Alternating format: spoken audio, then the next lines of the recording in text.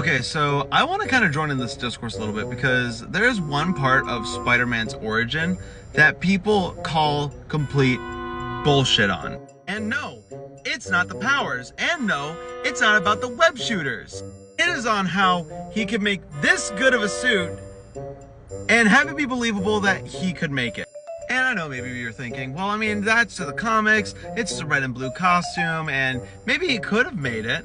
And I agree with you, but I don't get why people are saying this is also not believable. Because a lot of people say, well, that kind of fabric is super expensive, he'd be broke. And I have to say, yeah, you're right. That's why he's broke. Like, the one thing I was able to really find when it comes to fabric that can match this is the blue fabric. Usually it's the screen printed, you know, the normal thing that people see on Spider-Man costumes nowadays that people absolutely love. Well, I found this fabric on Etsy. It's the same kind. Do you know how much it is? What the fuck? Now, is his costume really that unrealistic? Because I can tell you, coming from someone who has made quite a few so far in the past year alone, it's expensive. And I am telling you, he could make it, but he'd be broke.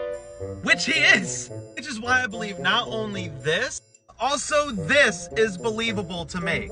And I mean, honestly, the only unrealistic one that I've seen in the movies is Tobey's, honestly. Not only with the textured fabric, but also the urethane webbing. That is beyond anything when it comes to the other two. Because with the other two, you can pretty much reason the fact that the webbing is made out of puff paint, because it likely was. And even then, it's so far away you can't really tell. But this, that's not puff paint. And also when it comes to this, you can barely see the fucking seams in this. However, when it comes to these two, you can see seams everywhere.